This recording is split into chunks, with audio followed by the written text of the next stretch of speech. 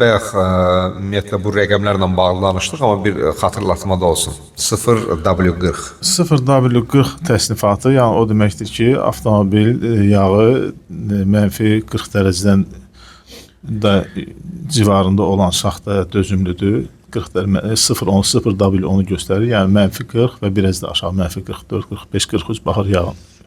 Və 40 hissəsi də avtomobil mühərriki işçi temperaturu aldıqda o yaranmış yağ qatının göstəricisidir 40.